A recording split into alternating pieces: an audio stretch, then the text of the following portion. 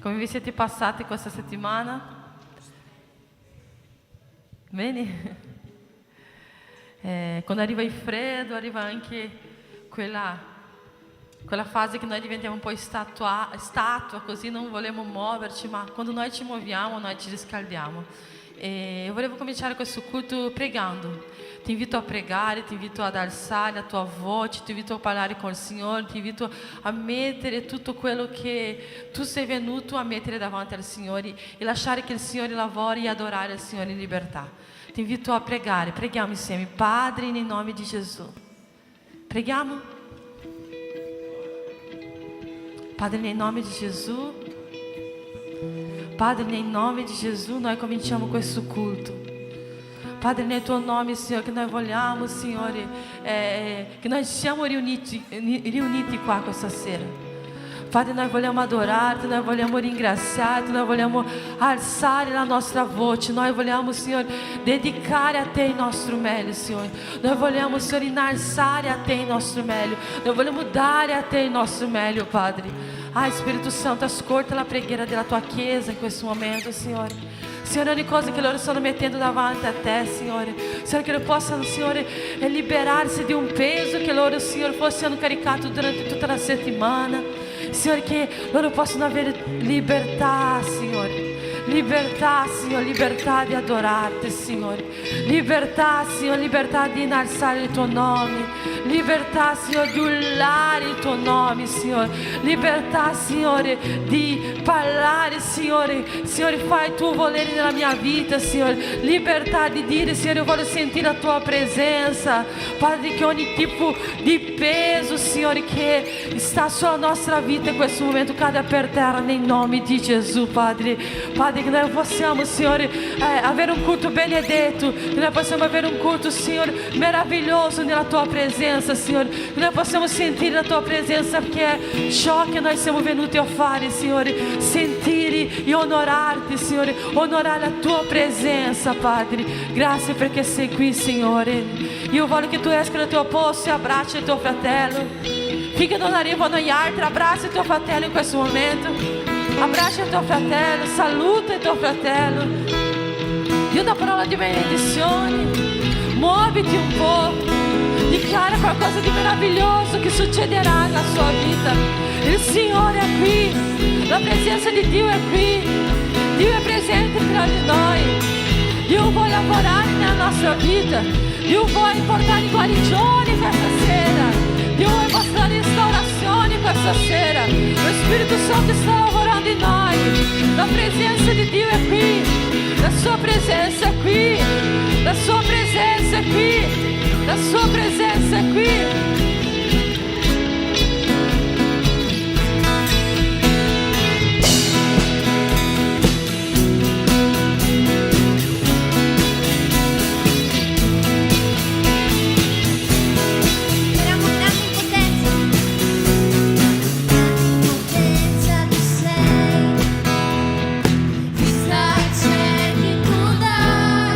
Non c'è un altro come te.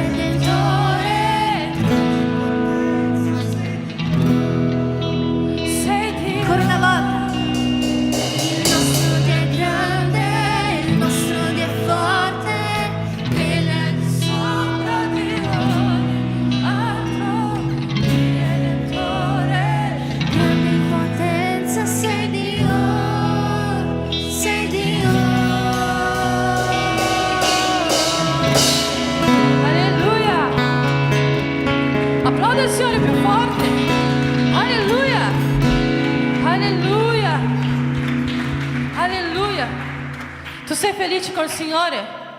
Quante cose il Signore ha fatto per noi, vero? E quindi cantiamo ancora una volta il ritornello di questa canzone, dichiarando che il Signore, il nostro Dio è grande, e poi ne dichiareremo che se Dio è per noi, chi sarà contro noi? Però io volevo sentire più la voce della Chiesa, più la Chiesa che dichiara questo, più la Chiesa che urla che il nostro Dio è grande. Io non so cosa Dio ha fatto per te questa settimana, ma io sono sicura che Dio ha fatto qualcosa per te. Io sono sicura che Dio ha fatto qualcosa per te. Io sono sicura che Dio ti ha liberato. Io sono sicura che il nemico voleva attaccarti. Io sono sicura che il nemico ha voluto farti passare per tempeste. Forse Dio ti ha liberato dalla tempesta, forse Dio ti ha liberato dal fuoco, o forse Dio ti ha aiutato in mezzo al fuoco. Dio ha fatto qualcosa per te questa sera, questa settimana, e quindi dichiariamo che il nostro Dio è grande. Il nostro Dio è grande. La Chiesa è forte, e sopra di ogni altro, il Redentore.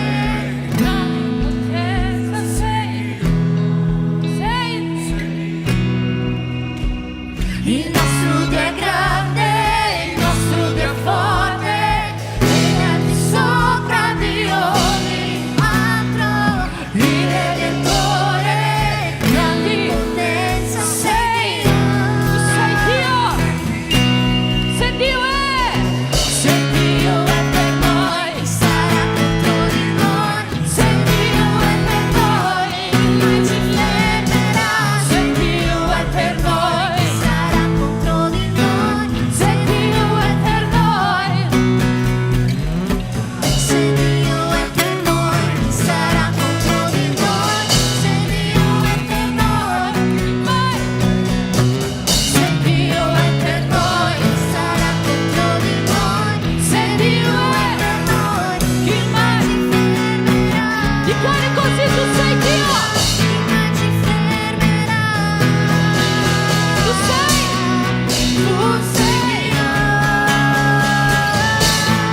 Tu sei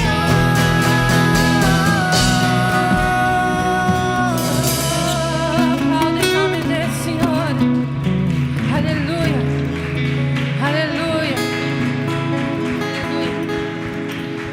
Alleluia.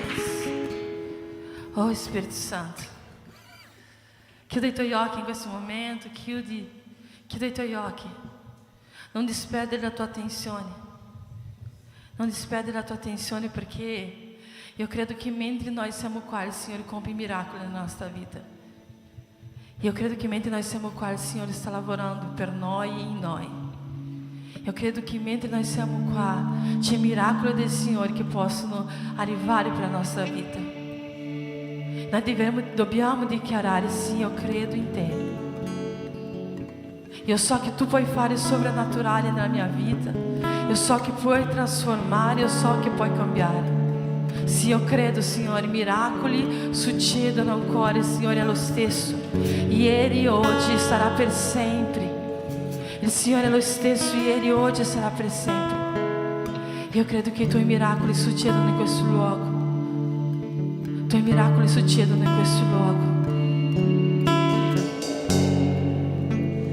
Dio che linda vista c'è, sta passando oggi qui, sta passando oggi. Il Dio che guarisce il sordo, distrugge la paura in me, distrugge la paura in me. Sì, io credo in te, sì, io credo in te, soprannaturale sei Dio. Sì, io credo in te, sì, io credo in te, soprannaturale sei.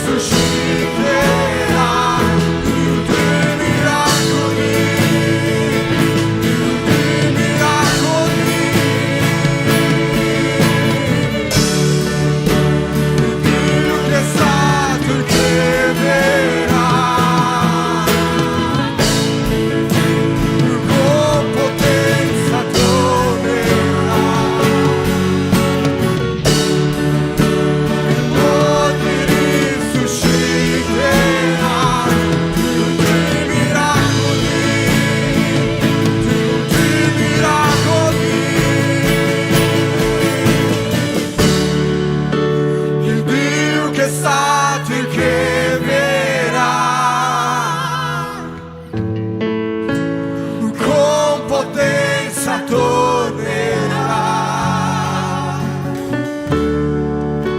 Il morto risusciterà, Dio di miracoli, Dio di miracoli. Il Dio che è stato e che verrà, con potenza tornerà. Il morto risusciterà, Dio di miracoli, Dio di miracoli. Il Dio che è stato e che verrà, con potenza tornerà. Il morto risusciterà, Dio di miracoli, Dio di miracoli. Sì, io credo in te, sì, io credo in te, soprannaturale sei Dio. Sì, io credo in te, sì, io credo in te, soprannaturale sei Dio. Sì, io credo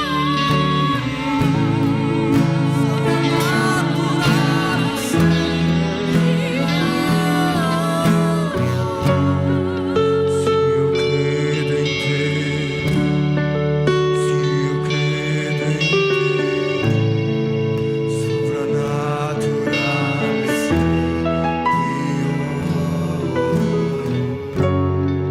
Sì, io credo in te, sì, io credo in te, soprannaturale sei Dio.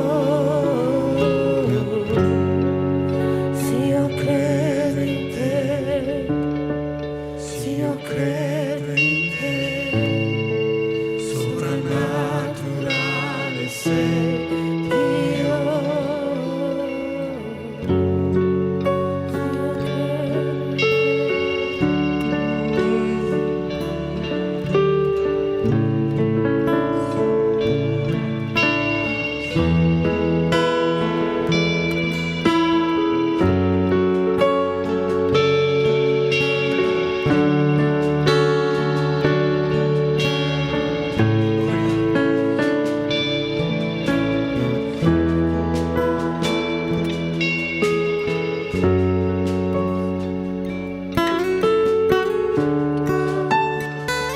Amen. Tu credi in questo Dio di miracoli, tu credi in un Dio di sovrannaturale. Io voglio invitarti a cantare ancora quest'ultima parte di questa lode, e finché tu la canti, finché tu dichiari a Dio: Dio, io credo in te, comincia a chiedere a Dio, comincia a chiedere a Dio, perché la parola di Dio ci dice così, che noi possiamo chiedere liberamente al nostro Padre. L'importante è che non dubitiamo che Lui ci darà. E finché noi dichiariamo: sì Dio, io credo in te, comincia a chiedere nella tua vita, comincia a chiedere un risveglio nella tua vita se hai bisogno di un risveglio, comincia a chiedere una benedizione nella tua vita se hai bisogno di una benedizione, comincia a chiedere cura nella tua vita se hai bisogno di una cura. Tu sai che cosa hai bisogno oggi tu nella tua vita, tu sai dov'è la tua mancanza, tu sai che cos'è quella cosa che ti tormenta e che non riesci a venire fuori da solo. Noi abbiamo un Dio che è sovrannaturale e che questa sera ci dice: io voglio donarti il meglio che ho. L'importante è che tu credi in me. dichiara questo a Dio. Sì, io credo in te, e finché dichiari questo, comincia a chiedere a Dio, comincia a chiedere a Dio, comincia a chiedere a Dio che la sua volontà possa essere la tua volontà questa sera, che tutto quello che tu dirai questa sera, che tutto ciò che tu chiederai a Lui questa sera possa compiersi, perché noi crediamo in un Dio che è un Dio dell'impossibile, noi crediamo in un Dio che è sovrannaturale, noi crediamo in un Dio che è al di sopra di ogni legge fisica, noi crediamo in un Dio che può far rinascere un campo di ossa secche, noi crediamo in un Dio che può dare vita, noi crediamo in un Dio che può fare il miracolo che il dottore non può fare, che il professore non può fare, che il medico non può fare, che nessuno può fare, solo Lui lo può fare. In questo momento comincia a chiedere a Dio, comincia a chiedere per te, comincia a chiedere per la persona al tuo lato, comincia a chiedere per la tua famiglia, per tua moglie, per tuo marito, comincia a chiedere per i tuoi figli, per i tuoi genitori, comincia a chiedere a Dio che Dio possa fare qualcosa di sovrannaturale, quella cosa che tu stai aspettando, quella cosa che tu stai ricercando, quella cosa per la quale tu magari stai piangendo la sera, che questa sera questa cosa si possa compiere, perché tu credi in un Dio che è un Dio sovrannaturale, tu credi in un Dio di miracoli, tu credi nel Dio che è sopra ogni cosa, tu credi nel Dio dell'impossibile. Sovrannaturale sei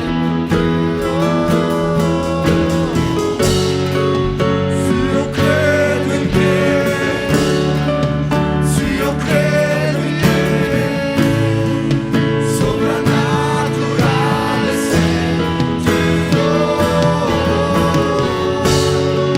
Se io credo in te, se io credo in te, sovrannaturale sei Dio.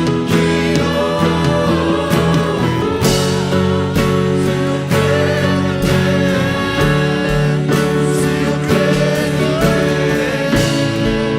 sovrannaturale sei Dio.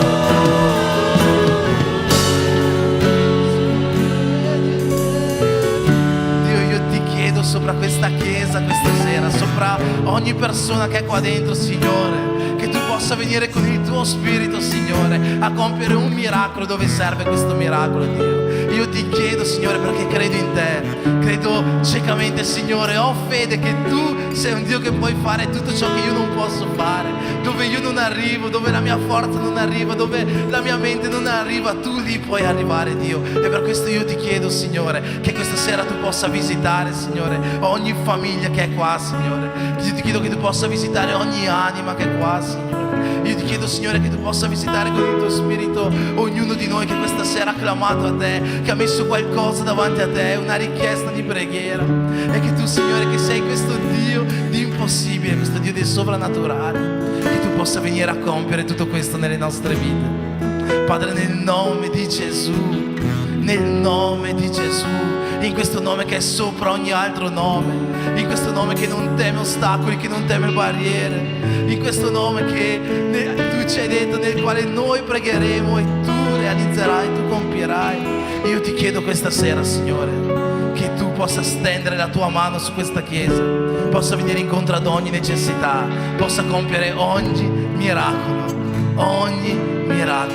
sia necessario, affinché questa chiesa possa essere una chiesa viva, una chiesa che ti loda, una chiesa che ti adora, una chiesa che ti ama, nel nome di Gesù. Amen. Amen.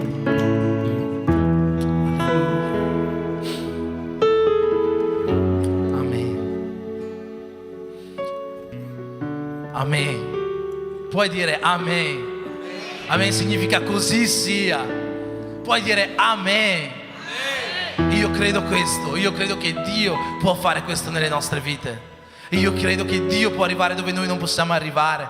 Io credo che per quanto noi ci sforziamo, noi non arriveremo mai al punto in cui Dio può arrivare. Allora se noi diciamo sì, io credo in te, e mettiamo una preghiera davanti a Lui, questa preghiera può essere esaudita. Questa cosa per noi irraggiungibile può essere raggiunta. Amen. Amen.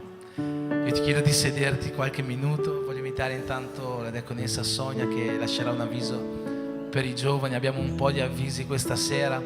Dicembre sarà un mese molto molto pieno, quindi prendete un'agenda per annotare tutto quello che verrà. Ciao a tutti, come state? Volevo lasciarvi 2 avvisi velocemente. Il primo è che questa sera faremo un evento con i giovani, un incontro con i giovani, e appena finirà il culto, se oggi ci sarà la cantina, se volete mangiare, poi subito dopo ci troveremo e faremo quello che abbiamo chiamato Lord's Supper, la cena del Signore, ok? Quindi parleremo di che cosa è stata la cena del Signore, che cosa è successo, ma non solo parlare, anche applicare, ok? Quindi vi aspetto subito dopo il culto questa sera. Seconda cosa invece molto più importante, che dobbiamo fare sorteggio assolutamente per l'amico segreto. Quindi per chi non mi avesse ancora mandato le mail, a me dovete mandarla per i giovani, alla Meli per i teens, e cercate di mandarle se possibile entro stasera, che domani vorremmo già fare sorteggio almeno per i giovani. Perché in questi giorni c'è il Black Friday, poi ci sarà il Cyber Monday, quindi insomma sarebbe proprio perfetto, no? Avere già il nome della persona a cui fare il regalo. E va bene, grazie mille. Amém. Io voglio presentarvi anche io 2 banner, quello dell'11. Questo, l'11 dicembre sarà con noi la Thalita Catanzaro. Per chi non conosce, lei è quella che ha scritto Che ruja o leão, che rugisca il leone, e sarà con noi, farà la lode e predicherà anche. Però noi abbiamo assolutamente bisogno di conferma di chi ci sarà, perché io ho scritto nel gruppo lì della chiesa e in 8 mi avete dato la conferma. Però io ho messo su Instagram e 70 persone da fuori di questa chiesa mi hanno dato la conferma. Quindi ho bisogno che voi mi diciate chi ci sarà in quel giorno, perché ci sono altre 2 chiese che devono confermare la loro presenza qua, e saranno una ventina, una trentina da ogni chiesa, quindi alla fine di tutto abbiamo solo 170 sedie. Quindi assolutamente dovete confermare, perché noi saremo contati e quel giorno, forse se tu arrivi in quel giorno senza dire io ci sarò, forse non ci sarà posto per sedere per tutti. Quindi vogliamo ricevere la gente, vogliamo in primis che la nostra chiesa partecipi, e dopo, se tutta la nostra chiesa partecipa e ci sono gli altri posti, noi daremo alle altre chiese, va bene? Quindi il 11 alle 5 di pomeriggio ci sarà questa cantante. Poi c'è un altro banner di 26. Questo 26 dicembre alle ore 17 noi non faremo il nostro culto di sabato, ma faremo il nostro culto di lunedì. Che strano, vero? Lunedì alle 5, che è un giorno festivo. È un giorno festivo visto che il 24 è vigilia di Natale e tanti fratelli staranno con la loro famiglia. Quindi noi faremo il 26, questo che sarà una presentazione, qualcosa di molto bello che stiamo pianificando, e quindi segnatevi questa data, il 26 dicembre alle ore 17, tutti qua in chiesa per adorare il Signore insieme.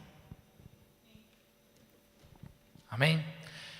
Penso che abbiamo solo un altro avviso, se non sbaglio, spero, perché se no sono impreparato. Mercoledì 30. Allora, voi sapete che mercoledì è il nostro giorno in cui abbiamo il culto ricarica, no? Solo che molti di voi non sanno che mercoledì scorso è stato l'ultimo culto ricarica in chiesa, almeno per quest'anno, fino a data da destinarsi. Da mercoledì prossimo, cioè il 30 di novembre, ogni mercoledì noi visiteremo una casa diversa, in zone diverse di Verona. Cominceremo dalla zona del lago, a casa di Alberto, della missionaria Sandra. Saremo lì il 30 novembre, quindi tutti quelli che abitano in zona lago sono più che benvenuti, ma la missionaria Sandra ha detto che a casa sua si può stare anche in 40 persone, quindi estendiamo questo invito a tutti quelli che vogliono venire. Dopodiché ogni settimana saremo in un luogo diverso. Molto probabilmente il 7 saremo qua in zona Verona, vedremo se proprio in questa zona intorno alla chiesa, Santa Lucia, Golosine. Dopodiché insomma ogni mercoledì vi diremo dove andremo. Cercate di partecipare soprattutto vicino a dove abitate voi. Cercheremo di raggiungere un po' tutte le zone: Cologna Veneta, Zevio, Borgo Venezia, Stallavena, Borgo Roma, Borgo Trento. Andremo dappertutto perché vogliamo che tutta la Chiesa possa partecipare a questi incontri. Credo che possano essere incontri in cui veramente lo Spirito Santo potrà fare qualcosa di nuovo, di diverso nella nostra vita e nelle nostre case. Quindi da mercoledì cominceremo questi incontri in casa. Amen. Non dovrebbe esserci altri banner? Ce ne sono ancora? Ce ne sono ancora? Scusatemi, te delle donne. Missionaria Sandra, prego.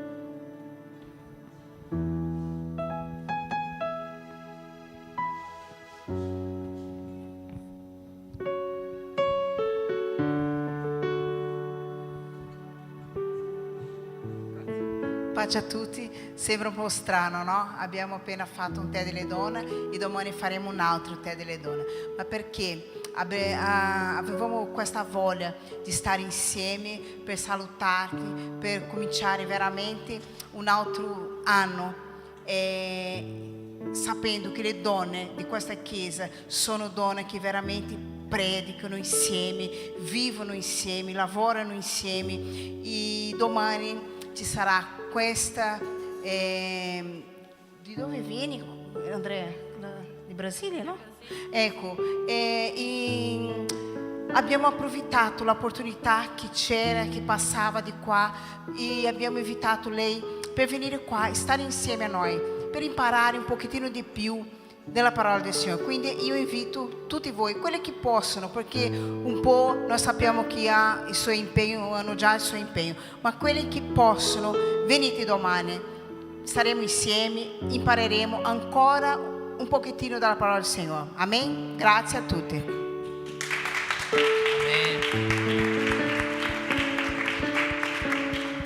Amen. Io ti chiedo di alzarti in piedi in questo momento, facciamo una preghiera per le decime, per le offerte. Tu che hai portato la tua decima, tu che oggi hai portato qualcosa da dare a Dio, da consegnare alla casa di Dio affinché possa prosperare l'opera del Signore, in questo momento sei benvenuto a offertare. Come sempre la missionaria Katia sarà là dietro. Se qualcuno oggi ha in cuore di dare qualcosa attraverso il bancomat, magari hai dimenticato a casa i 2 euro, li hai lasciati nel carrello, in questo momento hai la possibilità di offertare anche in questo modo. Preghiamo insieme che Dio possa donare prosperità secondo la sua volontà materiale, ma soprattutto spirituale, ad ognuno di noi, ad ogni persona, ad ogni casa e a questa chiesa. Padre, nel nome di Gesù, in questo momento, Signore, noi ti chiediamo di benedire ogni persona, Signore, che è qua presente. Io ti chiedo, Signore, che il tuo Spirito possa visitare ogni casa, Signore, che, Signore, tu possa donare ogni tipo di prosperità, Signore, che è secondo la tua volontà in mezzo a noi, Dio. Che io ti chiedo soprattutto che tu possa venire incontro ad ogni necessità di questa chiesa, Padre, che tu possa venire incontro ad ogni problematica, Signore. Tu sei nel controllo di tutto, io credo questo, io sono sicuro di questo, e io ti chiedo in questo momento, consacra ogni decima, ogni offerta, ogni primizia, affinché possa essere utile per il proseguire della tua opera in mezzo a noi, nel nome di Gesù. Amen.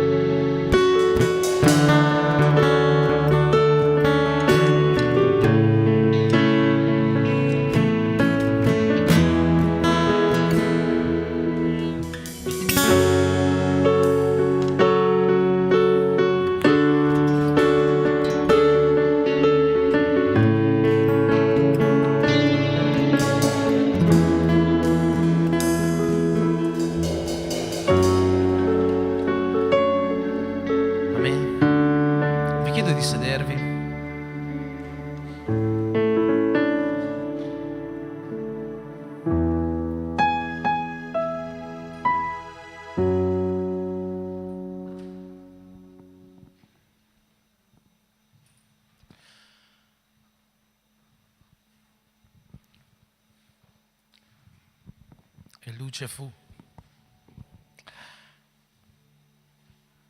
Amen.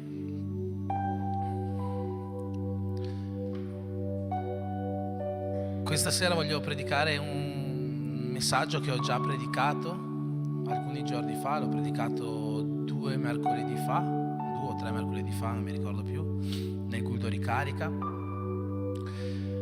E ho deciso di predicare lo stesso messaggio perché in queste settimane che sono passate, dopo che l'avevo già predicato, mi sono reso conto dell'importanza di questo messaggio nella mia vita prima di tutto, e credo che se nella mia vita potrebbe essere nella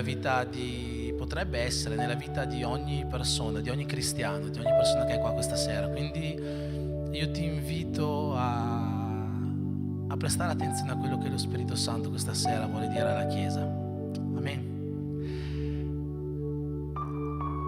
Chi ha già sentito questo messaggio, spero che possa riempirlo comunque nuovamente.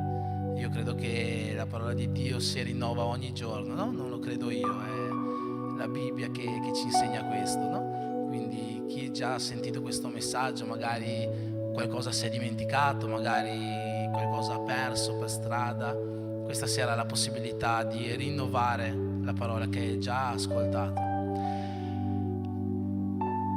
Voglio invitarti a aprire la tua Bibbia nella lettera ai Romani, capitolo 1, versetto 1.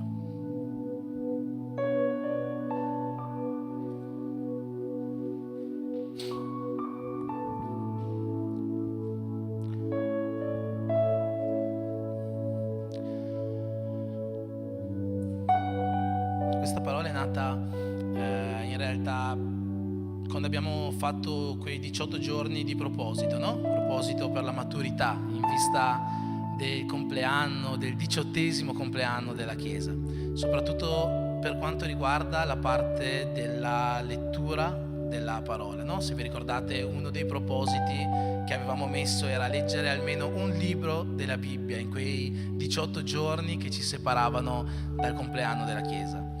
E se vi ricordate, avevo detto che io e Andrea avevamo messo questo proposito molto complicato di leggere 5 libri in 18 giorni. Era un proposito fatto non tanto per vantarci, non tanto per dire siamo stati bravi, abbiamo letto 5 libri, quanto proprio per accrescere la nostra maturità spirituale. I libri che avevamo scelto di leggere erano le 4 lettere pastorali. Le 4 lettere pastorali sono 4 lettere che l'Apostolo Paolo scrive a Timoteo, a Tito e a Filemone, che erano dei pastori o persone che avevano la funzione di pastore a quel tempo, no?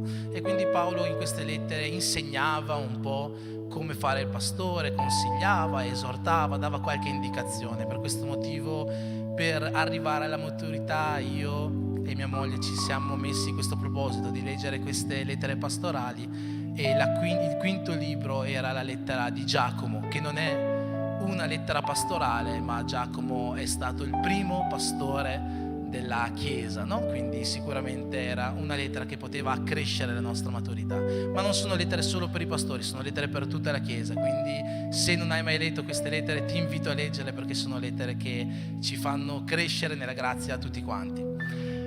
E proprio nel primo versetto che ho letto, quando abbiamo cominciato questo proposito, Dio ha subito attirato la mia attenzione. Era 1 Timoteo, capitolo 1, versetto 1.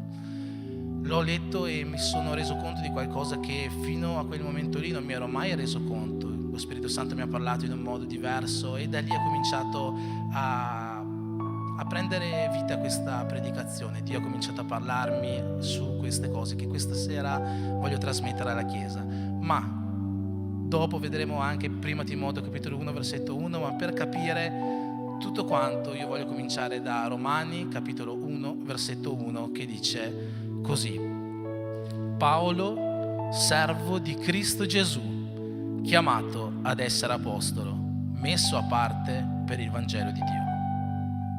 Amen? È passato qua dietro? Ok.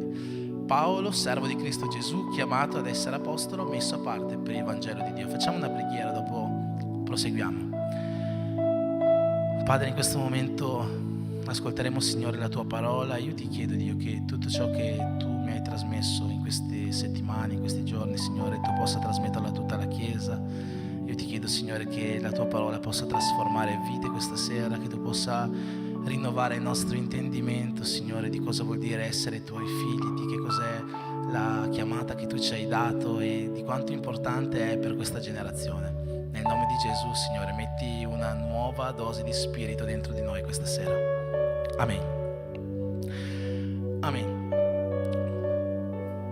Già ero partito con l'idea di predicare di nuovo questo messaggio, poi questa mattina abbiamo partecipato a un incontro di preghiera, c'erano vari ministri, c'erano dottori, laureati, c'erano un po' di persone. E è stata data anche una parola questa mattina che proprio si rifà un po' a quello che lo Spirito Santo mi ha trasmesso, no? È stato parlato di evangelizzazione questa mattina. Un pastore ha lasciato una parola fantastica. Una delle cose che ha detto che mi sono piaciute tantissimo, che di più mi hanno colpito, è stato di quando ha parlato che oggi la malattia più grande della Chiesa, dei credenti, è l'obesità. Non tanto l'obesità fisica quanto l'obesità spirituale. E che cosa intendeva parlando di obesità spirituale? Parlando di obesità spirituale intendeva quei credenti che vengono in chiesa e mangiano, ascoltano parole, l'ascoltano in chiesa, l'ascoltano su YouTube, ma dopo con tutto quello che hanno mangiato non fanno nulla. Tutto quello che hanno mangiato se lo tengono dentro e non lo mettono in azione, non lo mettono all'opera. Questa ha detto che era la più grande malattia dei credenti dei giorni oggi. E questo è un po' qualcosa che mi ha toccato, proprio perché la parola di questa sera andrà a parlare un po' di questo. Romani capitolo 1 versetto 1 abbiamo detto che dice così: Paolo, servo di Cristo Gesù, chiamato ad essere apostolo. È importante che noi capiamo questo da questo versetto, che Paolo ha ricevuto una chiamata. È importante che noi intendiamo che Paolo è stato chiamato. Perché è importante che noi capiamo che Paolo è stato chiamato? Perché il titolo di questa predicazione, di questo messaggio potrebbe essere così: come tu vivi la tua chiamata. Come tu stai vivendo la tua chiamata, come tu stai intendendo la tua chiamata, in che modo? E è importante che noi capiamo che Paolo ha ricevuto una chiamata, perché tutti quanti noi abbiamo ricevuto una chiamata. E questo in base a quello che c'è scritto in 2 Timoteo capitolo 1 dal versetto 9, dice così: lui ci ha salvato e ci ha rivolto una santa chiamata, non a motivo delle nostre opere, ma secondo il suo proposito. Per capire meglio la parola proposito intendiamola così: secondo il suo piano, secondo il suo disegno. Potete ripetere con me questo versetto? Lui ci ha salvato e ci ha rivolto una santa chiamata, non a motivo delle nostre opere, ma secondo il suo proposito. Questo è un versetto che ci accompagnerà un po' per tutta la parola di questa sera, ed è molto importante che noi capiamo quello che Paolo sta dicendo.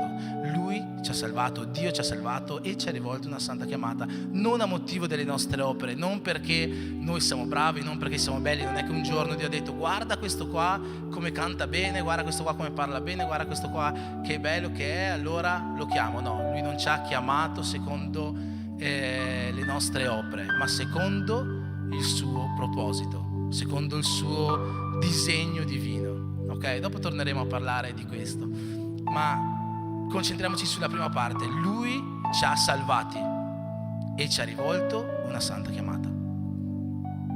Lui ci ha salvati prima e poi ci ha rivolto una santa chiamata.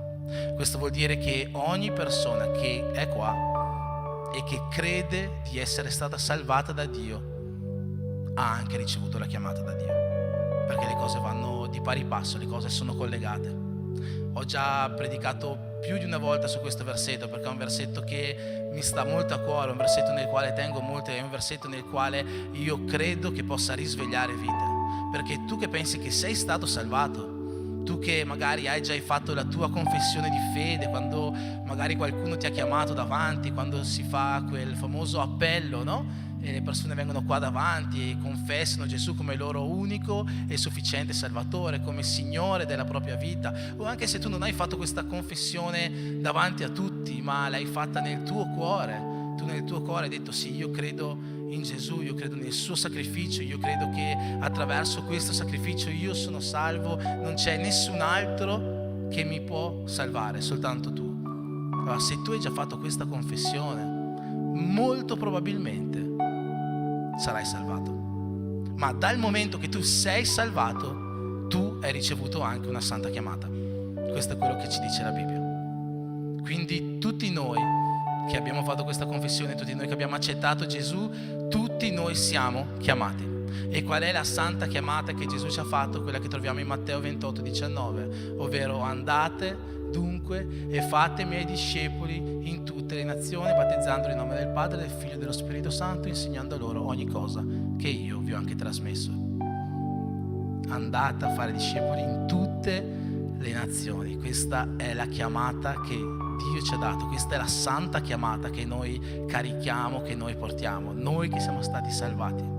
Ok, quindi Dio ci ha salvato, Dio ci ha dato la chiamata. Qual è la chiamata? Quella di Matteo 28, andare a fare discepoli in tutte le nazioni, battezzandoli nel nome del Padre, del Figlio e dello Spirito Santo. Una cosa sulla quale a me piace molto predicare, ho già predicato più di una volta su questo, è in che modo noi possiamo far evolvere questa chiamata, in che modo noi possiamo compiere questa chiamata di Matteo 28, perché ognuno può compiere questa chiamata in base ai talenti che ha, in base ai doni che ha, in base a quella cosa che gli brucia dentro, di cui già ho parlato. Ci sono vari modi per compiere questa chiamata, ma non è di questo che voglio parlare questa sera. Quello che voglio dire questa sera è in che modo tu stai vivendo questa chiamata. Assodato che tu sei stato salvato, che tu hai ricevuto la santa chiamata, che è quella di Matteo 28, indipendentemente dal modo in cui tu compi questa chiamata. Se tu sei un evangelista, magari vai fuori a predicare; se tu sei qualcuno che loda, magari lodi o su un pulpito o in giro o per le strade, dovunque, indipendentemente da quale sia il modo in cui compi questa chiamata. Se tu sei profeta, se tu sei, indipendentemente da quello che tu sei, dal modo in cui tu lavori, dal dono che hai, dal talento che hai, come tu stai vivendo questa chiamata. L'Apostolo Paolo ci mostra nelle sue lettere 3 modi per vivere questa chiamata. Quale di questo modo è quello giusto? Tutti e 3. Nel senso, in tutti e 3 questi modi noi dobbiamo vivere la nostra chiamata. È interessante che quando Paolo scrive le sue lettere si presenta sempre chiamandosi Paolo, apostolo di Cristo. Praticamente in tutte le sue lettere, a parte in quelle che scrive insieme a qualcuno, Paolo si presenta così: Paolo, apostolo di Cristo. Ma perché Paolo si presenta come apostolo? Mi ricordo che una volta è venuto un pastore a predicare diversi anni fa in chiesa e ha cominciato a dire: se tu hai un incarico in chiesa, se tu hai un titolo, no? Se tu sei pastore, missionaria, evangelista, diacono, eccetera eccetera, profeta, tu devi presentarti col titolo che hai, perché Paolo faceva così. Quindi se tu sei una missionaria, quando tu vai in giro devi dire: ciao, piacere, sono missionaria, eccetera eccetera. Se tu sei un presbitero devi presentarti: piacere, presbitero, eccetera eccetera, perché Paolo si presentava così: Paolo, apostolo di Cristo. Come avete visto anche in Romani, Paolo, servo di Cristo Gesù, chiamato ad essere apostolo, no? In tutte le lettere Paolo si presenta così. Ma veramente Paolo si presenta così solo per dire io sono apostolo? Non penso. È sempre stata una parola che mi aveva un po' infastidito questa. Ma Paolo non si presenta così per dire io sono apostolo. Paolo non si presenta così per vantarsi del suo incarico. Paolo è colui che assolutamente nelle lettere più di tutti ripudia il vanto. Paolo non lo farebbe mai. E per questo motivo, se noi andiamo a esaminare le lettere, scopriremo perché Paolo si chiama apostolo in ogni lettera. Voglio cominciare dalla lettera di Tito, capitolo 1, versetto 1.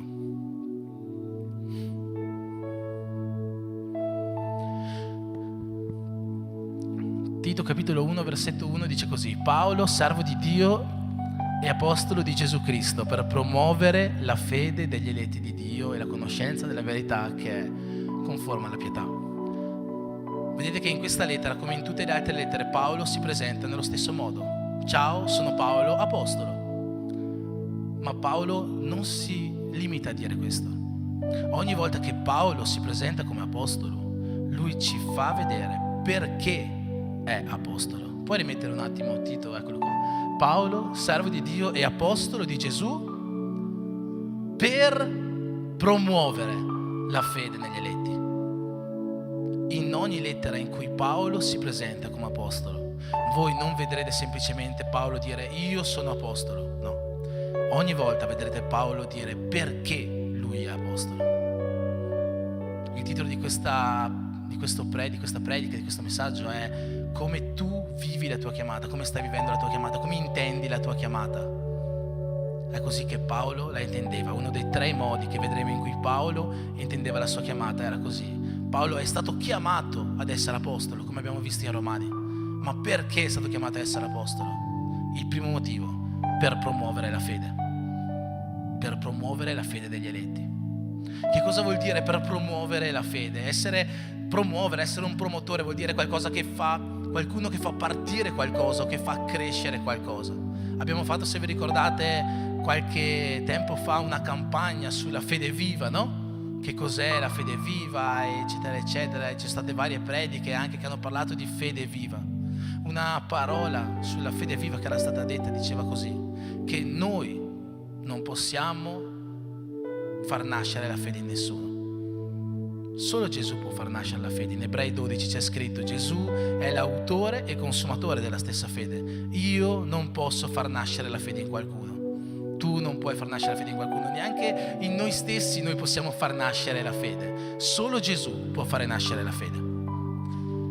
Un'altra cosa che è interessante è che noi non solo non possiamo far nascere la fede, ma noi direttamente non possiamo neanche far aumentare la fede. Non è che se io vado sulla Vittoria e comincio a pregare Dio aumenta la fede di Vittoria, la sua fede aumenterà. Non funziona così. Dio non aumenterà la sua fede in questo modo.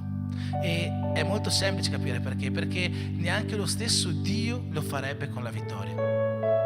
C'è un passo nella Bibbia in cui gli apostoli, io la vedo un po' così questa storia, ci sono gli apostoli che vedono Gesù fare cose straordinarie. Vedono Gesù fare guarigione, vedono Gesù risuscitare persone, vedono Gesù moltiplicare pani, pesci, vino, eccetera, eccetera. Vedono Gesù fare qualsiasi cosa. Una volta che ai discepoli tocca fare qualcosa, che è scacciare un demone, non ci riescono. E secondo me sono un po' frustrati questi discepoli, no? E secondo me a un certo punto si sono riuniti questi discepoli e hanno detto: ma com'è possibile che Gesù riesce a fare tutte queste cose? Noi non riusciamo mai a fare niente. Lui riesce a fare questi grandi miracoli, noi non riusciamo a fare niente. Secondo me tra questi discepoli, quello con un po' più di cervello era Matteo, quello che ragionava un po' di più, perché lui era un calcolatore, era un esattore delle tasse. Secondo me è stato Matteo che a un certo punto, in mezzo a questa discussione degli apostoli, ha detto così: pensiamo a Gesù. Come fa Gesù a fare tutte queste cose? Attraverso lo Spirito Santo. Ok, attraverso lo Spirito Santo. E che cos'è che fa agire lo Spirito Santo? La fede. Giusto, la fede. Allora è semplice, andiamo da Gesù e gli chiediamo: Gesù, dacci più fede, aumentaci la fede. E in questo modo anche noi riusciremo a fare le cose che Lui farà. E allora gli apostoli sono andati veramente da Gesù, gli hanno detto: Gesù, aumentaci la fede anche a noi, no? Così anche noi riusciamo a fare quello che fai tu. E Gesù gli ha detto: mi spiace, non è così che funziona. Io non posso aumentare la vostra fede. Ma ha aggiunto un'altra cosa: se voi aveste fede come un granello di senape, voi potreste dire a quel monte: sradicati e vai a buttarti nel mare, e quello lo farebbe. Gesù ci sta insegnando un principio del regno di Dio, che non è tanto che noi dobbiamo avere una fede piccola come granello di senape. Gesù non vuole che noi abbiamo una fede piccola, Gesù vuole che noi abbiamo una fede grande. Ma in che modo la nostra fede può diventare grande? La nostra fede può diventare grande se noi la coltiviamo, se noi la annaffiamo e se noi prendiamo cura della nostra fede e piano piano la facciamo crescere. così che un granello di senape può diventare un albero molto grande, sotto cui gli uccelli fanno nido e prendono riparo. Questo era il principio del regno di Dio che Gesù stava insegnando quel giorno ai suoi discepoli, perché Dio non aumenterà la nostra fede così per magia, e così neanche noi non possiamo aumentare la fede dei nostri fratelli così per magia. Io non posso aumentare la fede di Vittoria come di nessun altro, come lei non può aumentare la mia. Io non posso neanche prestare la mia fede a nessun altro, perché la parola di Dio ci insegna che la fede è intimità con Dio, e la nostra intimità non la si può prestare. Io non posso prestare a qualcuno l'intimità che ho con Andrea, qualcosa unica mia e sua. È lo stesso modo con Dio. Noi non possiamo prestare l'intimità che noi abbiamo con Dio. Ci insegna questo la parabola delle 10 vergini, no? C'erano 5 vergini sagge, 5 vergini stolte, e le stolte non hanno portato l'olio, mentre le sagge sì. Gli hanno chiesto alle sagge: prestateci un po' del vostro olio, così quando arriva lo sposo anche noi abbiamo l'olio dentro le nostre lanternine. Ma la fede, l'intimità con Dio, la fede non si può prestare. È una cosa personale, una cosa di ognuno di noi, e le vergini sagge non hanno potuto prestare l'olio alle vergini stolte. Quindi in che modo Paolo si fa promotore della fede? Perché Paolo ha detto: io sono apostolo per essere promotore della fede, per far crescere la fede, per mettere la fede. In che modo si può fare? Voglio tornare a quel versetto che abbiamo detto tutti quanti insieme prima, 2 Timoteo 1,9. Dio ci ha salvati e ci ha rivolto una santa chiamata. Ormai ve lo ricorderete a memoria alla fine di questa parola. Non a motivo delle nostre opere, ma secondo il suo disegno divino, secondo il suo proposito. Non a motivo delle nostre opere. Quando Paolo sta dicendo quel non a motivo delle nostre opere, Paolo non sta parlando delle opere che noi faremo da oggi in avanti. Paolo sta parlando delle opere che noi abbiamo fatto prima di essere salvati. Dio ci ha salvato e ci ha rivolto una santa chiamata non a motivo delle nostre opere. Cioè Dio non ci ha salvati perché siamo bravi, Dio non ci ha salvati per questo. No, non ci ha salvato a motivo delle nostre opere, e non ci ha chiamato a motivo delle nostre opere, altrimenti la salvezza non sarebbe per grazia, ma sarebbe proprio per opere, e la Bibbia esclude questo. La salvezza è per grazia, non è per opere. Quindi quando Dio ci ha salvato e ci ha chiamato, non l'ha fatto per le opere che noi facevamo prima, ma quando Dio ci dice che ha un proposito per noi da compiere, perché non ci ha salvato per le nostre opere, ma ci ha salvato per il suo proposito, vuol dire che noi abbiamo delle opere da compiere da quando siamo stati chiamati fino alla fine. Dio non ci ha salvato per le opere che abbiamo fatto prima della salvezza.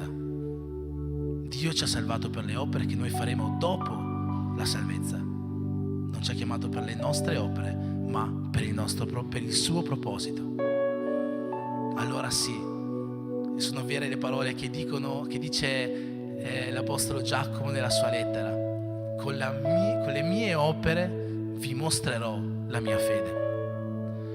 Dio ci ha salvato per le opere che noi faremo dopo la salvezza. Dio ci ha salvato per le opere che noi faremo attraverso il proposito che Lui ha per noi. Ci siete? Amen. Dio ci ha salvato per le opere che noi faremo dal momento in cui siamo stati salvati, in cui abbiamo ricevuto la sua chiamata di Matteo 28 fino alla fine. Per queste cose Dio ci ha salvato. Noi dobbiamo compiere queste opere, e in questo modo noi possiamo promuovere quella fede attraverso le nostre opere. Perché è vero, noi dobbiamo avere una fede piccola come un granello di senape, perché la mettiamo sottoterra, la facciamo coltivare, eccetera eccetera. Ma chi metterà quel granello di senape nelle nostre mani? Chi metterà quel granello di senape nelle mani delle persone che devono essere salvate? In Romani al capitolo 10, dal versetto 9 in avanti, voglio leggere, ne salterò alcuni versetti, dicono così: Questa è la parola della fede che noi annunciamo, perché se con la bocca avrai confessato Gesù come Signore, avrai creduto con il cuore che Dio lo ha risuscitato dai morti, sarai salvato. Infatti con il cuore si crede per ottenere la giustizia e con la bocca si fa la confessione per essere salvati. Qua si sta parlando di quella confessione che abbiamo detto prima, no? Di quella volta che noi abbiamo accettato Gesù come nostro Signore e Salvatore. Lo si fa nel cuore e poi lo si fa anche con la bocca, lo si dice apertamente: io ho accettato Gesù. Bisogna dimostrare che noi abbiamo accettato Gesù, se l'abbiamo accettato veramente. Ma non finisce qua questo versetto, dice così: infatti chiunque avrà invocato il nome del Signore sarà salvato. Ora, come invocheranno colui nel quale non hanno creduto? Qui Paolo sta facendo un ragionamento logico, no? Sta dicendo che con la bocca si confessa, con il cuore si confessa. Se tu vuoi accettare Gesù devi farlo col cuore prima, poi devi farlo con la bocca, ok? Ma in che modo le persone potranno invocare colui nel quale non hanno creduto? Se tu non hai creduto in Dio, come potrai invocarlo per essere salvato? E poi Paolo continua: e come potranno credere in colui del quale non hanno mai sentito parlare? Ovvero, se tu non hai mai sentito parlare di Gesù, se tu non hai mai sentito parlare della sua morte, della sua resurrezione, come potrai credere in Lui? E ancora va avanti: e come potranno sentirne parlare se non c'è nessuno che lo annuncia? Come potranno le persone sentire parlare di Gesù se nessuno gli annuncia Gesù, se nessuno gli predica Gesù? E poi finisce dicendo: e come potranno annunciarlo se non c'è nessuno che gli manda?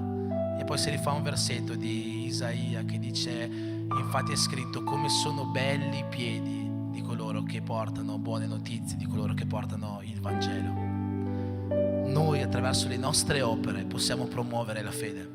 Noi attraverso le nostre opere possiamo far crescere la fede nelle persone. Noi attraverso le nostre opere, noi attraverso la nostra testimonianza, noi attraverso il nostro atteggiamento, il nostro comportamento, il nostro carattere, attraverso ciò che noi siamo, possiamo far crescere la fede nelle persone. Possiamo mettere un granello di senape nelle mani delle persone e quelle persone potranno piantare quel granello e farlo germogliare, farlo diventare una pianta grande.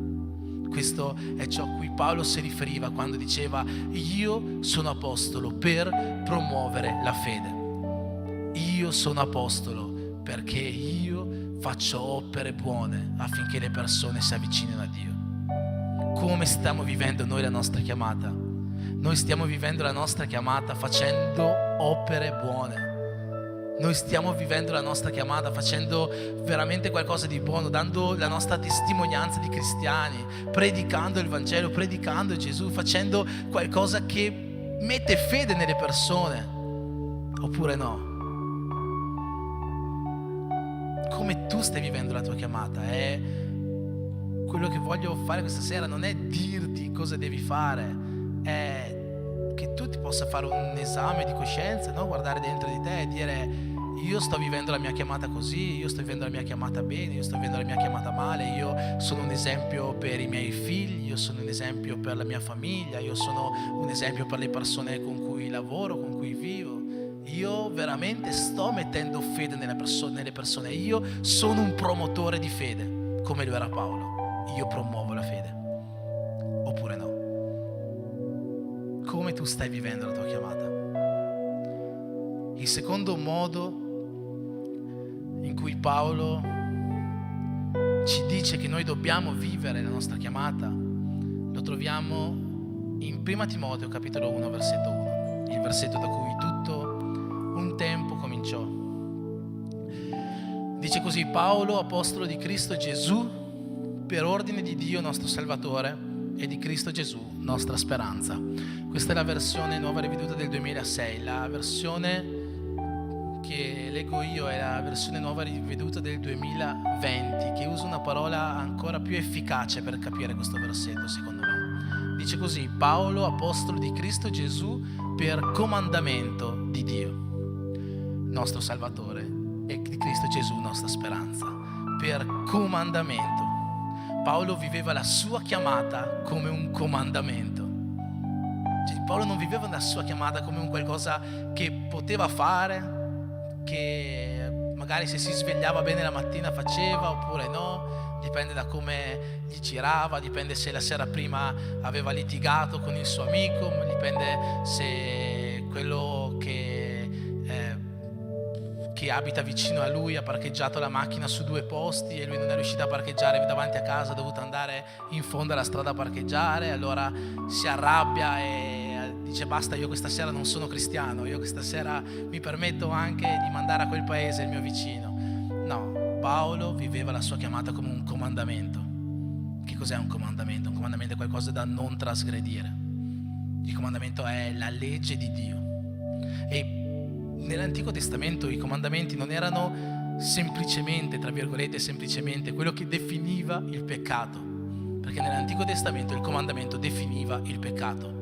Ma non era solo questo, nell'Antico Testamento il comandamento era proprio quell'insieme di leggi, di norme, di decreti della vita quotidiana del popolo di Israele, no? Era come il nostro codice civile, era come il nostro codice penale, era come il nostro codice della strada. Ad esempio, uno dei comandamenti, se noi vivessimo oggi, ho fatto questo esempio anche quel mercoledì, potrebbe essere non passare con il rosso. Tra non uccidere e non rubare, cioè non passare con il rosso. C'è stata una discussione qualche tempo fa sulla possibilità o no di passare con il rosso, se è peccato oppure no. Non voglio dire se passare con il rosso sia peccato oppure non è peccato, ma se noi compariamo i comandamenti dell'Antico Testamento alla legge di oggi è la stessa cosa, ovvero i comandamenti dell'Antico Testamento non solo definivano che cos'era e cosa non era peccato, i comandamenti dell'Antico Testamento dicevano le norme del quieto vivere della popolazione e con le norme dicevano anche le multe ad ogni infrazione. Ad esempio, se uno adulterava veniva lapidato, questa era la multa. Da noi se uno passa con il rosso fa 30 euro di multa di solito, non lo so, forse qualcuno di più. Comunque i comandamenti avevano le loro conseguenze, no? Avevano le loro multe alle infrazioni commesse.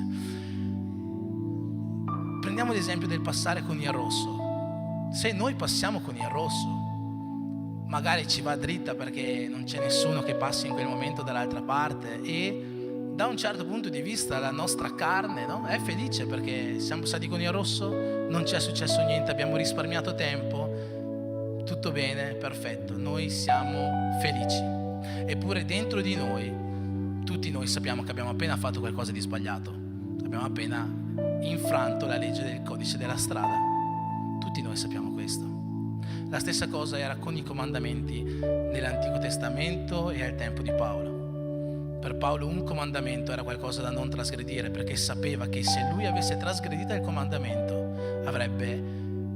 si sarebbe sentito in colpa, la sua coscienza si sarebbe sentito incolpata da questo e Paolo non voleva trasgredire nessun comandamento. Paolo prendeva la sua chiamata come un comandamento, come qualcosa da non trasgredire, come qualcosa da non andare incontro. Paolo prendeva il suo comandamento come qualcosa per il quale, la sua chiamata come qualcosa per il quale dare la vita. Era il suo comandamento, era l'ordine di Dio per lui. E se noi pensiamo a come noi viviamo la nostra chiamata e pensiamo io vivo la mia chiamata come un comandamento di Dio per la mia vita, lasciamo stare il passare con il rosso, che magari lo valutiamo un peccato minore, tra virgolette, ma nei comandamenti c'è non uccidere, non adulterare, non rubare, eccetera, eccetera. Paolo viveva la sua chiamata come uno di questi comandamenti. La chiamata di Paolo per lui aveva lo stesso valore del non uccidere. E tu come vivi la tua chiamata? Per te la tua chiamata ha lo stesso valore del non uccidere. Cioè se domani mattina tu ti svegli e c'è una persona che ti passa davanti e quella persona tu sai che ha bisogno di una parola di conforto, di consolazione e tu non gli dai questa parola, dentro di te tu pensi, caspita, è come se l'avessi ucciso perché ho appena infranto un comandamento di Dio. È così che Paolo viveva la sua chiamata, come un comandamento. E noi come viviamo la nostra chiamata? Vi ricordo che in base a quel versetto che abbiamo letto, 2 Timoteo 1,9, tutti noi abbiamo ricevuto la chiamata. Non pensare, io ne sono esente. almeno che tu pensi che non sei stato salvato. Se tu pensi che non sei stato salvato, puoi dire ok, io non faccio parte di questo club della chiamata. Ma se tu pensi di essere stato salvato, tu hai ricevuto questa chiamata. Paolo ci insegna che la nostra chiamata va presa come un comandamento. Tu prendi la tua chiamata come un comandamento. Io vi dico una cosa, sembra difficile vivere la chiamata, sembra difficile vivere i comandamenti di Dio, ma non è così difficile. Gesù stesso ci dice: prendete su di me, su di voi il mio carico, il mio giogo, perché è leggero, non è pesante, potete prenderlo su di voi perché è leggero. È il mondo che ci insegna, che ci fa credere che il carico di Gesù, che i comandamenti di Gesù sono pesanti. Il mondo ci insegna questo, perché noi vediamo così i comandamenti di Gesù per noi cristiani oggi quali sono? Non puoi ubriacarti, non puoi fumare, non puoi drogarti, non puoi fare questo, non puoi fare quello, non puoi.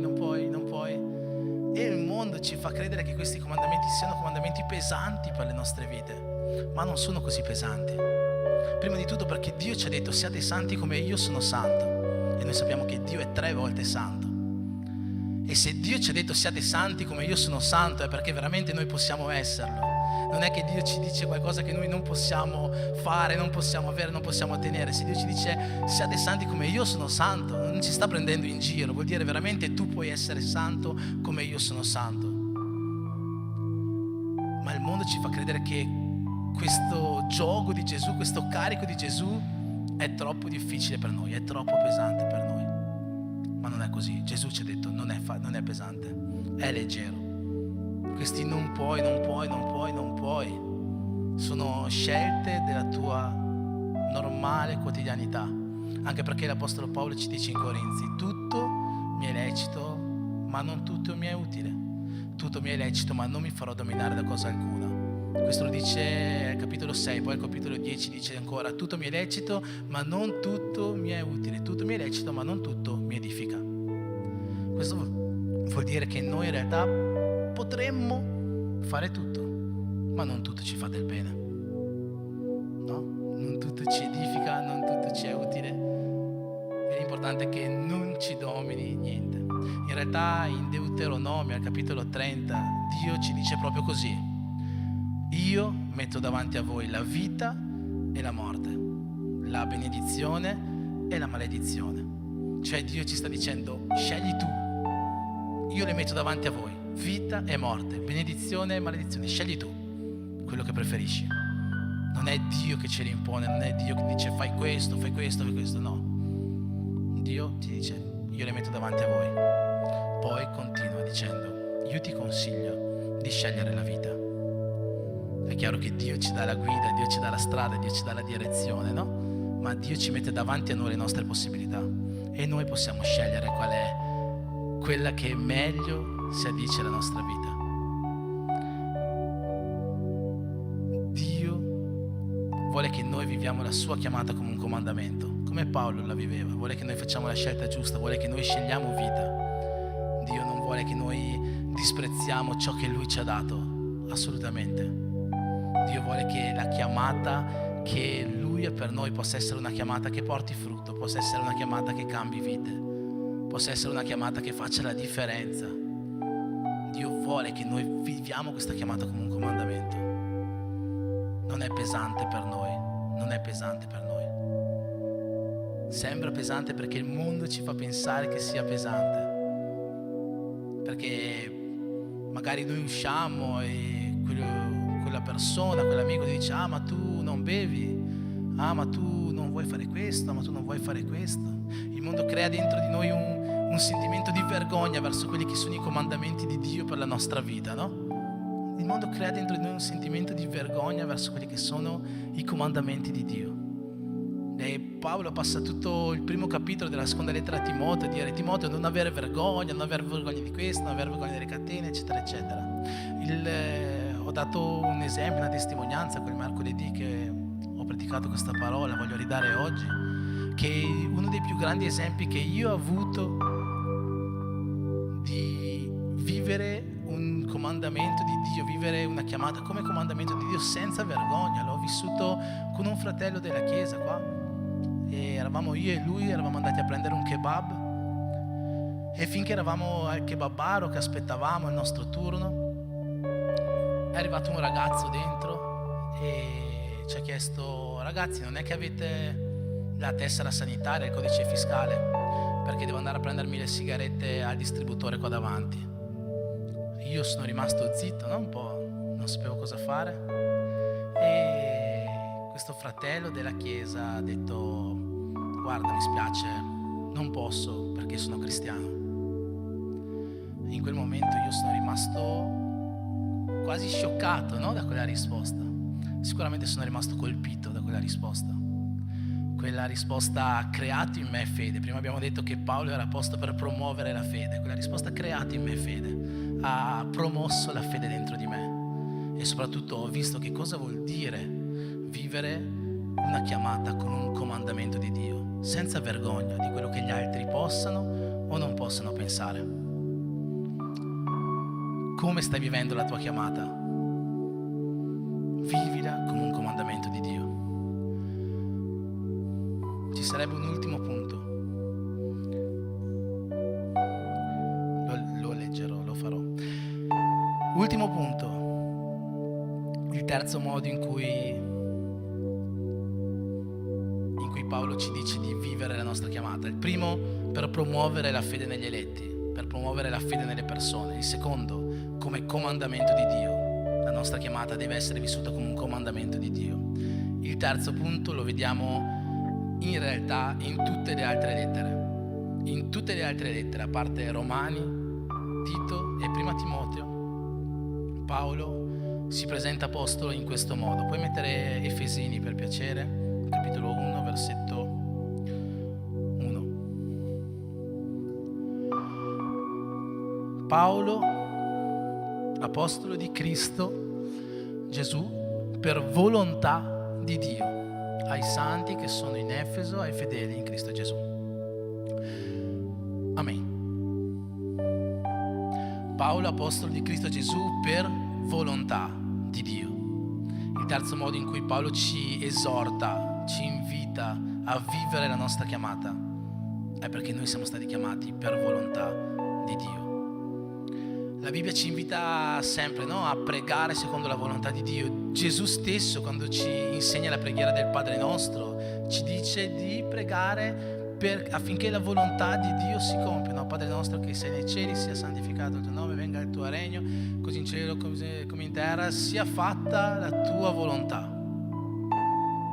Gesù ci invita a pregare chiedendo che la volontà di Dio sia fatta. La seconda volta che Gesù ci invita a pregare chiedendo che la volontà di Dio sia fatta è quando è nel giardino del Getsemani, un po' prima di morire, che è lì che prega disperato perché non vorrebbe essere crocifisso. Sicuramente penso che nessuno di noi vorrebbe mai essere crocifisso, e in quel momento lì di tristezza, di dolore, di chissà quanti sentimenti che aveva, di paura, dice: Dio, se possibile allontana da me questo calice, ma in ogni caso che sia fatta la tua volontà.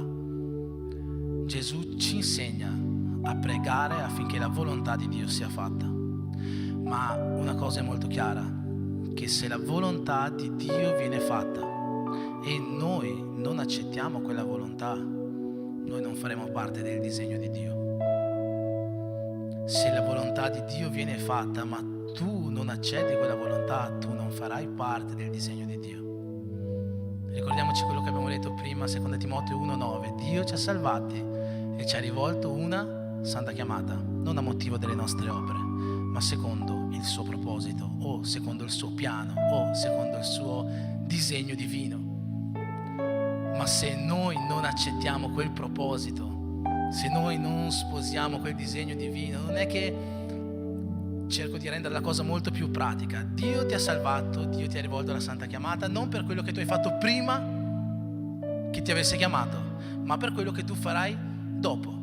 Che cosa vuol dire? Che ogni azione che tu farai dopo che sei stato salvato, Dio l'aveva già decisa al posto tuo. Non vuol dire questo. Avete capito quello che sto dicendo? secondo te ogni azione che tu hai fatto dopo che sei stato salvato, Dio l'aveva già decisa? No, non penso proprio. Allora che cosa vuol dire? Che se Dio ti ha salvato secondo il suo proposito, vuol dire che tu, affinché questo proposito si compia, devi essere nella stessa volontà in cui Dio è. Tu devi allineare la tua volontà con la volontà di Dio. Voglio finire questa parola, anche se magari ci sarebbe altro da dire, non lo so, citando un versetto che abbiamo studiato, riflettuto con gli uomini in un incontro a casa del presbitero Sandro. È sempre in Timoteo, 2 Timoteo 3,5. Qua l'Apostolo Paolo sta spiegando a Timoteo, sta dicendo a Timoteo, profetizzando come saranno gli uomini alla fine dei tempi, e dice: gli uomini saranno idolatri, saranno bugiardi, saranno ladri, saranno omicidi, fornicatori, tutte le cose più brutte del mondo. Alla fine di questa lista di cose più brutte del mondo, Paolo scrive così: questi uomini alla fine dei tempi avranno l'aspetto, l'apparenza della pietà, ma ne avranno rinnegato la potenza. Quando si parla di pietà in senso biblico, in senso teologico, non è la pietà di dire io ho pietà di questa persona, non si sta parlando di questo tipo di pietà. La pietà in senso teologico è un'altra cosa. La pietà in senso teologico è devozione. Che cos'è la devozione? La devozione è allineare la nostra volontà con la volontà di Dio. Allora, quando Paolo sta scrivendo questo versetto in 2 Timoteo 3,5, Paolo sta dicendo così: le persone alla fine dei tempi avranno l'aspetto di persone che allineano la propria volontà con quella di Dio, ma avranno solo l'aspetto, non faranno così, anche perché ne avranno rinnegato la potenza. Questa seconda parte del versetto è la parte più importante, perché Paolo non dice che queste persone avranno rinnegato la potenza di Dio, dice che queste persone avranno rinnegato la potenza della pietà, ovvero avranno rinnegato la potenza di allineare la nostra volontà con la volontà di Dio. Paolo viveva la sua chiamata perché era la volontà di Dio, e la viveva perché sapeva che vivendo la sua chiamata in questo modo lui avrebbe acquistato potenza divina da parte di Dio. Perché tante persone oggi aspirano ai miracoli che faceva Paolo, ma non si avvicinano, perché noi dobbiamo imparare a vivere secondo la volontà di Dio, non solamente a vivere secondo la volontà di Dio, ma allineare la nostra volontà con la volontà di Dio. E in che modo noi possiamo allineare la nostra volontà con la volontà di Dio? Ripeto quello che c'era scritto in Deuteronomio 30, versetto 15: Dio mette davanti a noi la vita e le benedizioni, la morte e le maledizioni, e noi possiamo scegliere quello che vogliamo seguire. Dio ci invita: scegli la vita. Dio ci guida: scegli la vita. Ma non sarà Lui a riscegliere per te, non sarà Dio a prendere questa decisione per te.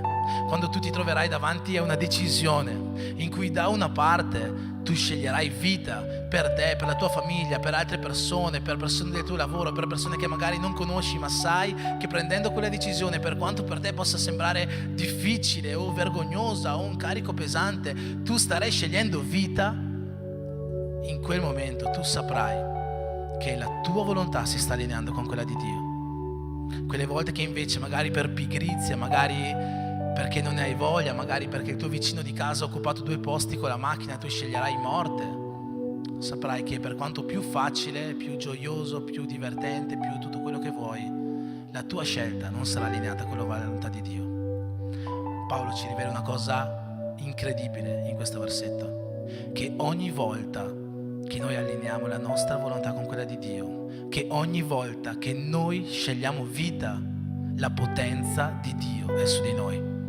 La potenza di Dio è su di noi. La potenza di Dio è su di noi.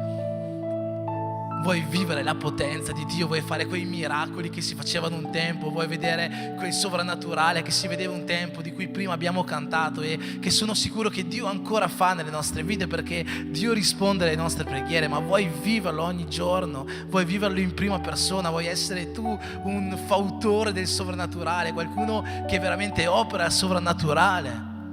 allinea la tua volontà con quella di Dio, perché quando noi allineiamo la nostra volontà con quella di Dio, quando noi non solo abbiamo l'aspetto, ma noi viviamo questa pietà, la potenza di Dio è su di noi. La potenza di Dio è su di noi. Come tu stai vivendo la tua chiamata? Chiedo al gruppo di lode di salire, ho finito questa predica interminabile.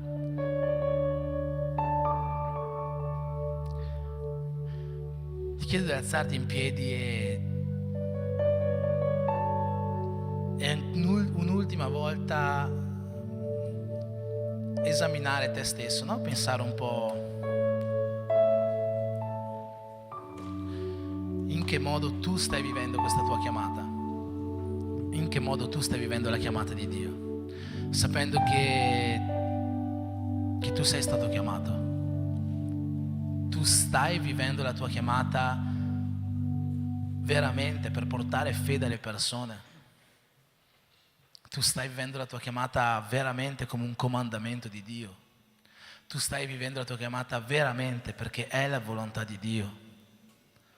Stai allineando la tua volontà con quella di Dio. Stai scegliendo vita ogni volta che puoi scegliere vita. In che modo tu stai vivendo la tua chiamata? Io credo che questo messaggio sia un messaggio che deve darci fastidio. Io credo che questo messaggio sia un messaggio che deve muoversi dentro di noi, deve parlare ai nostri cuori, deve fare qualcosa, deve portare un cambiamento dentro di noi. Io credo che ogni volta che noi ci troviamo in una situazione, noi ci troviamo davanti a una scelta, noi ci troviamo davanti a un momento in cui noi possiamo far vedere se stiamo vivendo la nostra chiamata, noi dobbiamo ricordarci in che modo io vivo la mia chiamata. In che modo io vivo la mia chiamata. Io voglio fare una preghiera per finire questo culto. Abbiamo detto che coloro che sono chiamati sono coloro che prima sono stati salvati. Se c'è qualcuno qua che non è sicuro di questa sua salvezza e vuole dichiarare la sua salvezza davanti alle persone o vuole avvicinarsi a questa salvezza, noi vogliamo pregare per questa persona questa sera, gli chiediamo di avvicinarsi davanti. Ma allo stesso modo, se c'è qualcuno qua questa sera che sente che non sta vivendo la sua chiamata nel miglior modo possibile, che sa che è salvato e che ha capito, perché l'abbiamo ripetuto troppe volte, ormai ci deve essere entrato in testa questo versetto: Dio ci ha salvato e ci ha rivolto una santa chiamata. Se c'è qualcuno che sa che non sta vivendo la sua chiamata nel miglior modo possibile, che non la sta vivendo come un comandamento, che non la sta vivendo come la volontà di Dio, che non la sta vivendo per portare fede agli altri, ma che porta a morte, porta a maledizione nella vita delle persone, e in questo momento gli chiedo di venire qua davanti per pregare, perché credo che Dio vuole rinnovare la sua chiamata nei nostri cuori. Credo che Dio vuole cambiare il nostro intendimento di che cosa vuol dire essere chiamati da Lui. Credo che Dio vuole risvegliare una generazione che veramente fa qualcosa di buono per le vite. Credo che Dio vuole innalzare una generazione di missionari. Credo che Dio vuole innalzare una generazione di persone che non hanno vergogna di predicare il Vangelo, che non hanno vergogna dei comandamenti che Dio ci ha dato, che non hanno vergogna di dichiarare che sono figli di Dio, che non hanno paura né timore in tutto questo, ma che alzano il loro nome, alzano la loro bandiera di figli di Dio e la alzano in alto senza temere. La alzano in alto sapendo che ogni comandamento che Dio ci ha dato è buono, sapendo che il modo in cui Gesù ci ha chiesto di vivere è giusto, sapendo che noi siamo persone che possiamo fare la differenza e che ci sono anime che stanno aspettando dei promotori di fede. Ci sono anime che stanno aspettando persone che vadano da loro a consegnargli un granella di senape nelle loro mani, affinché le persone possano essere salvate, affinché le persone possano conoscere questo Gesù, possano conoscere questo Dio sovrannaturale e immenso, questo Dio che noi già serviamo e che noi già adoriamo. Se c'è qualcuno che vuole questa preghiera speciale, io gli chiedo di uscire fuori in questo momento e pregheremo insieme.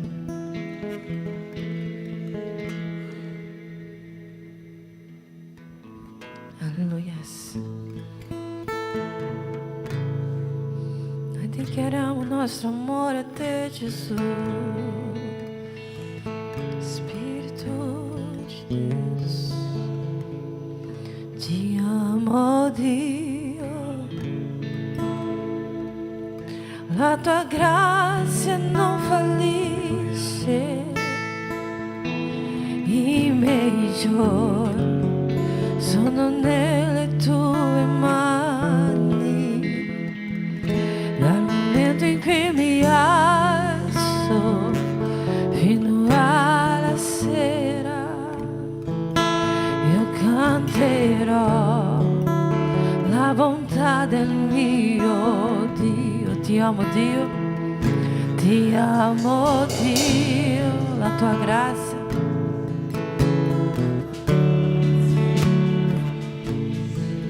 i miei giorni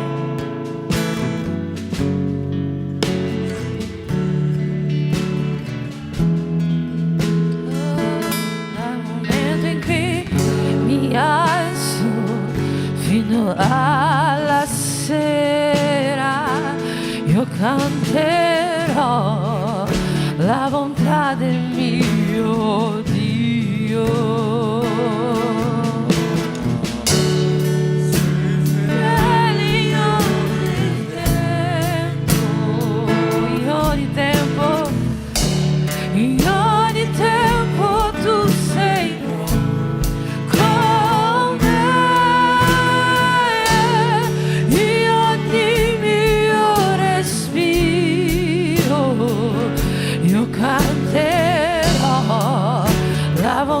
Del mio Dio, tua dolce voce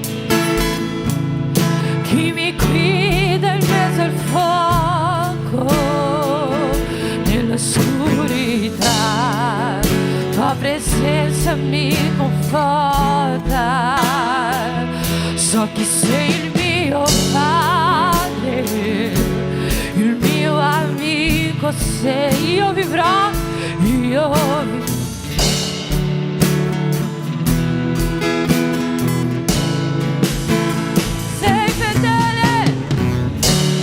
sei fedele in ogni tempo, in ogni tempo tu sei buono con me, in ogni mio respiro io canterò la bontà del mio. Tu sei fedele, tu sei fedele in ogni tempo, alleluia, in ogni tempo tu sei buono con me,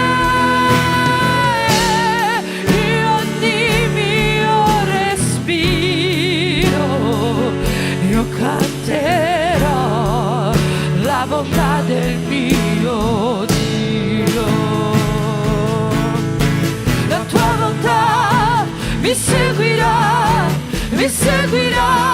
Signore. La tua bontà mi seguirà, Signore.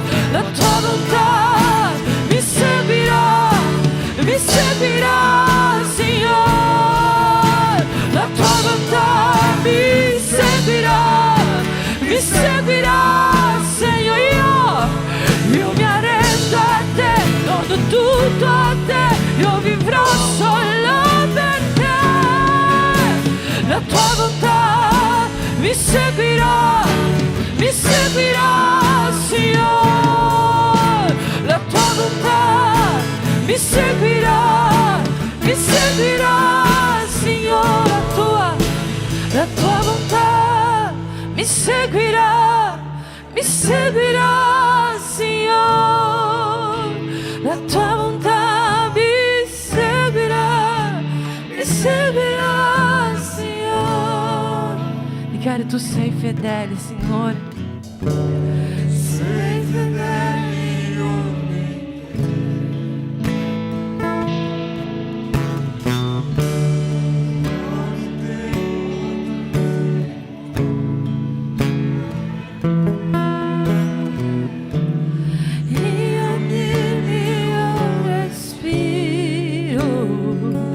io canterò la bontà del mio Dio. Grazie Signore, grazie Signore, grazie Signore.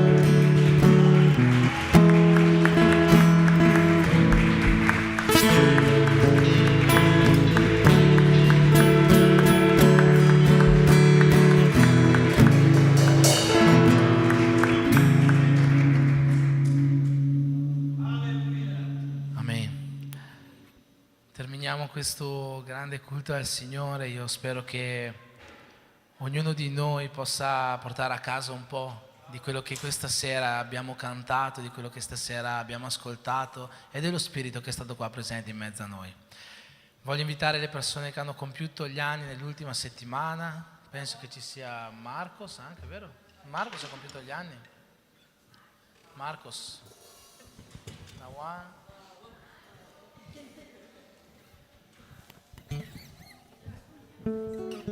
Qualcun altro che ha fatto gli anni l'ultima settimana? Le gemelle? No. Quando i gemelle quando le compiono? Domani. Saltano il turno. Mi spiace. Amen. Prego. Vergogna al completo, non a metà. Amen. Possiamo alzare le mani verso di loro per benedire questo nuovo anno che Dio gli ha permesso di compiere, benedire le loro vite.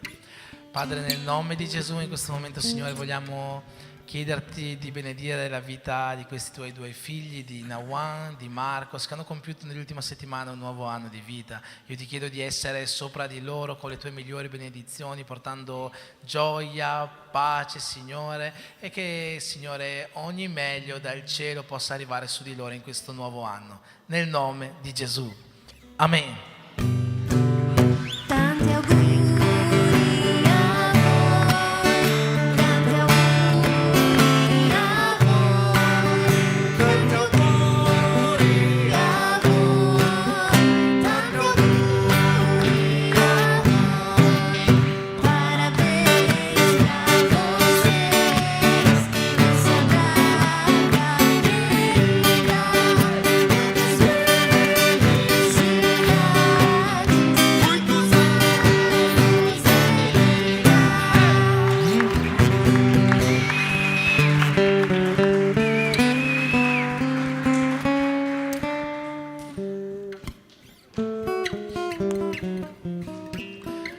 Amen. Bene, il fatto che Marcos sa puzza di hamburger, no? Insalata? Ah, insalata, hamburger, mi fa presagire che la cucina è pronta. Preghiamo al Signore chiedendogli di benedire la nostra settimana, la nostra famiglia, che possa essere con noi con la sua presenza e che ogni giorno le sue benedizioni possano rinnovarsi nelle nostre vite. Padre, nel nome di Gesù vogliamo chiederti, Signore, che tu possa accompagnare ognuno di noi, Signore, ogni mio fratello, ogni mia sorella, ogni famiglia di questa chiesa in questa settimana. Che il tuo meglio, Signore, possa riempire la nostra vita, possa riempire la nostra casa, Signore, che le tue migliori benedizioni siano con noi e la tua presenza e la tua guida possano essere costanti nelle nostre vite. Noi ti chiediamo questo nel nome di Gesù. E che l'amore di Dio Padre, che la grazia di Gesù Cristo e lo Spirito Santo di Dio siano con tutti quanti noi e insieme possiamo dire Amen.